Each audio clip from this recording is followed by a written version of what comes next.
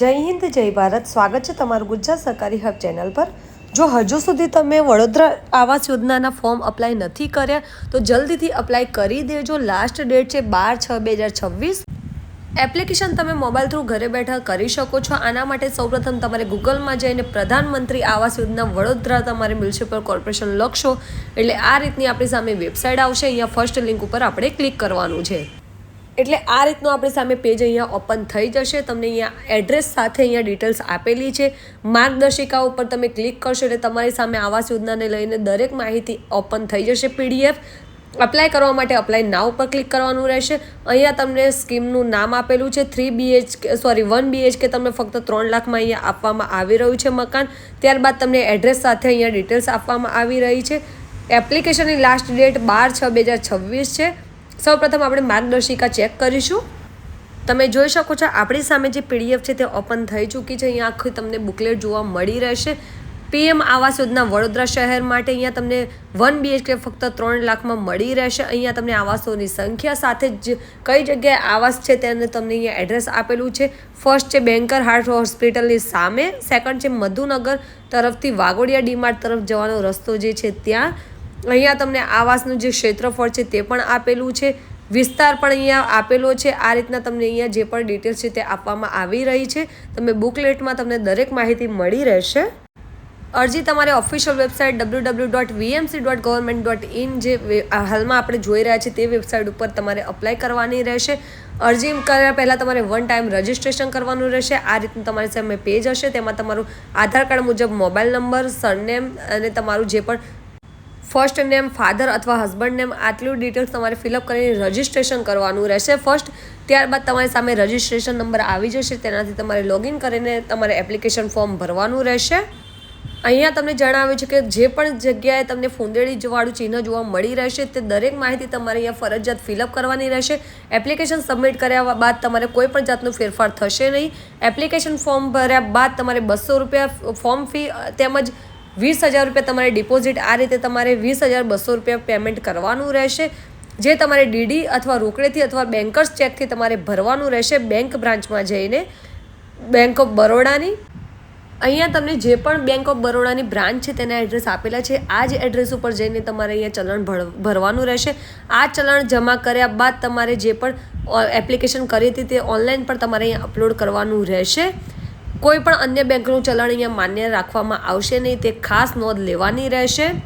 ત્યારબાદ અહીંયા તમને જણાવ્યું છે કે તમારે જે પણ ડોક્યુમેન્ટ્સ તમારે અહીંયા અપલોડ કરવાના છે તે JPG અથવા PNG ફોર્મેટમાં 500 KB સુધી તેમજ PDF ફોર્મેટમાં તમારે 1 MB સુધી તમે અહીંયા અપલોડ કરી શકો છો ડોક્યુમેન્ટ્સ।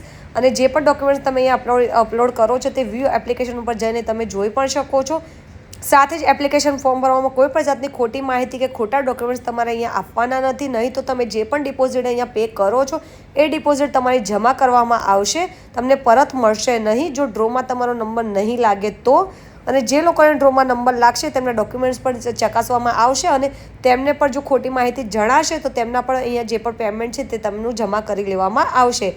ઓનલાઈન અરજીનું અહીંયા તમને સેમ્પલ ફોર્મ પણ જણાવવામાં આવ્યું છે, કેવી રીતે તમારે એપ્લિકેશન ફોર્મ ભરવાનું છે તે પણ આપવામાં આવેલું છે। ફર્સ્ટ અહીંયા તમને સ્ટેપ આપ્યા છે કે એપ્લિકેશન ડિટેલ્સ ફિલઅપ કરવાની છે, ડાઉનલોડ બેંક ચલણ કરવાનું છે, ત્યારબાદ અપલોડ ડોક્યુમેન્ટ્સ કરવાના છે અને વ્યૂ એપ્લિકેશન ઉપર જઈને તમારે એપ્લિકેશન જોવાની છે, ચેક કરવાની છે અને પ્રિન્ટ એપ્લિકેશન એટલે કે એપ્લિકેશન સબમિટ કરીને તેની પ્રિન્ટ આઉટ કરી લેવાની છે। એપ્લિકેશન ફોર્મનો અહીંયા જે નમૂનો આપેલો છે તેમાં તમને જણાવ્યું છે કે તમારે અહીંયા જે પણ વિગત છે તેમાં યસ અને નો તમારે અહીંયા સિલેક્ટ કરવાનું છે। તમારી વાર્ષિક આવક અહીંયા 1 લાખથી 3 લાખની વચ્ચે છે કે નહીં તે તમારે અહીંયા સિલેક્ટ કરવાનું છે, યસ અથવા નો। ત્યારબાદ તમારે અહીંયા જે પણ કાસ્ટ લાગુ પડતી હોય તે સિલેક્ટ કરવાની છે, જનરલ, ડિફેન્સ કે બક્ષીપંચ જે પણ લાગુ પડતી હોય તે તમારે સિલેક્ટ કરવાની છે। ત્યારબાદ તમે અપંગ છો કે નહીં તે તમારે અહીંયા સિલેક્ટ કરવાનું છે। ત્યારબાદ તમારે અહીંયા તમારું નામ આધાર કાર્ડ મુજબ એડ કરવાનું છે। ખાસ ધ્યાન રાખવાનું છે આધાર કાર્ડમાં જે રીતે નામ હોય તે રીતે જ લખવાનું છે। ફર્સ્ટ તમારી અટક, નામ અને પિતા અથવા પતિનું નામ તમારે અહીંયા લખવાનું છે। ત્યારબાદ તમે અહીંયા જે પણ રજિસ્ટ્રેશન કર્યું હતું તે મુજબ તમારો આધાર કાર્ડ નંબર અહીંયા આવી જશે, પેન કાર્ડ નંબર તમારો આવી જશે, જન્મ તારીખ લખવાની છે। ત્યારબાદ તમારી જે પણ એજ છે તે ઓટોમેટિકલી બાય ડિફોલ્ટ આવી જશે। તમારો વ્યવસાય કયો છે, વ્યવસાયનો પ્રકાર કેવો છે, વ્યવસાયનું સરનામું તમારે અહીંયા એડ કરવાનું છે। ત્યારબાદ તમારે અહીંયા તમારો મોબાઈલ નંબર એડ કરવાનો છે અને જે પણ તમારા નોમિની હોય એપ્લિકેશનના સહ અરજદાર તેમનું અહીંયા તમારે નામ અને તમને જે પણ મિડલ નેમ હોય સરનેમ હોય તે તમારે આધાર કાર્ડ મુજબ લખવાનું છે. તેમનું પણ આધાર કાર્ડ અને પાન કાર્ડ અને તેમની બર્થ ડેટ અહીંયા તમારે લખવાની રહેશે. તેમનો પણ વ્યવસાય શું છે, કયો પ્રકાર છે તે લખવાનું રહેશે. આ રીતે તમારે જે પણ ડિટેલ છે, બેંક ડિટેલ છે, દરેક ડિટેલ્સ તમારે અહીંયા સાવચેતપૂર્ણ તમારે ફિલઅપ કરવાની રહેશે. ત્યારબાદ આપણે હવે અહીંયા જે ડોક્યુમેન્ટ્સ છે, કયા ડોક્યુમેન્ટ્સની જરૂર પડશે અને કયા ડોક્યુમેન્ટ્સ અપલોડ કરવાના રહેશે તેની વાત કરીએ તો તમારે સૌપ્રથમ અરજદારનો ફોટોગ્રાફ, જે પાસપોર્ટ સાઇઝનો ફોટો છે તે તમારે અહીંયા અપલોડ કરવાનો રહેશે. અહીંયા તમને જે લિસ્ટમાં આપેલા છે તે દરેક ડોક્યુમેન્ટ્સ સૌપ્રથમ તમારે તમારા મોબાઈલમાં જેપીજી તેમજ પીડીએફ ફોર્મેટમાં તમારે સેવ કરી લેવાના છે, જેથી તમે મોબાઈલ થ્રુ જો એપ્લિકેશન કરતા હોય તો તમારે એકદમ આસાની રહે, કોઈ પણ જાતની પ્રોબ્લેમ આવે નહીં એપ્લિકેશન કરવામાં. ત્યારબાદ અરજદારની સહી જે તમારે બ્લેન્ક પેપર ઉપર કરીને તમારે તેનો ફોટો કેપ્ચર કરીને તમારે અહીંયા અપલોડ કરવાનો રહેશે. હવે તમે અહીંયા જે પણ તમારું બેંક ચલણ તમે પે કર્યું છે તેની ડિટેલ્સ તમારે ફિલઅપ કરવાની છે. બેંક ઓફ બરોડાના કયા ડેટે તમે જમા કર્યા છે, કેટલા પૈસા તમે જમા કર્યા છે, પેમેન્ટનું મોડ કયું છે, તેમજ તમારે આધાર કાર્ડની નકલ તમારે અહીંયા તમારે અપલોડ કરવાની રહેશે. અરજદારની આધાર કાર્ડ તેમજ અરજદારના સહ અરજદારની તમારે આધાર કાર્ડ, એટલે કે જે પણ નોમિની તો તમે અહીંયા ડિટેલ્સ ફિલઅપ કરી હતી તેમનું પણ આધાર કાર્ડ તમે અહીંયા અપલોડ કરવાનું રહેશે. એટલે અરજદાર અને જે સહ અરજદાર છે બંનેના આધાર કાર્ડ તમારે અહીંયા પીડીએફ રૂપે જે 1 MB સુધીની પીડીએફ હોવી જોઈએ તેમના આધાર કાર્ડ તમારે અપલોડ કરવાનું રહેશે. ત્યારબાદ તમારે અહીંયા રેશન કાર્ડ નંબર, તમારો આવકનો દાખલો, જો દિવ્યાંગજન છે તો સિવિલ સર્જનનું તમારે એપ્લિકેશન ફોર્મ જે તમારું છે સર્ટિફિકેટ તે અપલોડ કરવાનું રહેશે. રહેઠાણના પુરાવામાં જો ભાડે રહેતા હોય તો લાઇટ બિલ અથવા ભાડા કરાર હોવું જરૂરી છે. જો માતા પિતાના મકાનમાં રહો છો તો લાઇટ બિલ અથવા વેરા બિલ પાવતી અથવા તો તમારો જે ઇન્ડેક્સની નકલ હોય તે પણ અપલોડ કરી શકો છો. તેમજ આધાર કાર્ડમાં જો તમારું રહેઠાણનો પુરાવાનું એડ્રેસ હોય તો તે પણ તમે અહીંયા અપલોડ કરી શકો છો. ત્યારબાદ તમારે અહીંયા જે સેલ્ફ ડિક્લેરેશન છે આપણે વાત કરીએ છીએ તો એપ્લિકેશન ફોર્મમાં જે આપણને મળી રહે છે સેલ્ફ ડિક્લેરેશન, જે દરેક આવાસ યોજનાના ફોર્મમાં આપણે ભરતા હોઈએ છીએ તે અપલોડ કરવાનું રહેશે. ત્યારબાદ લાભાર્થીની બેંક પાસબુક જે હોય છે અથવા તો કેન્સલ ચેકની નકલ તમે અહીંયા અપલોડ કરી શકો છો.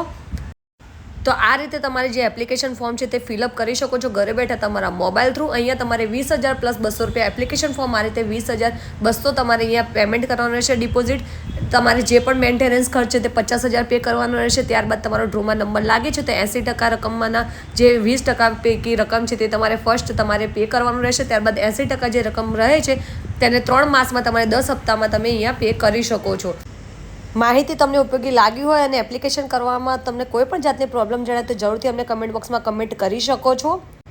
જે પણ લોકોને વડોદરામાં પોતાના ઘરનું સપનું છે તેમને ફક્ત 1 BHK 3 લાખમાં તેમને મળી રહ્યું છે તો તેમના સુધી આ રીલ્સને જરૂર શેર કરજો. અમારા વોટ્સઅપ ગ્રુપમાં જોડાવા માટે અમારા યુટ્યુબ ચેનલના બાયોમાં લિંક આપેલી છે, ત્યાંથી ક્લિક કરીને તમે અમારા વોટ્સઅપ ગ્રુપમાં પણ જોડાઈ શકો છો. માહિતી પસંદ આવી હોય તો વિડીયોને લાઇક કરવાનું ભૂલશો નહીં અને આ વિડીયોને વધુને વધુ શેર કરવાનું ભૂલશો નહીં.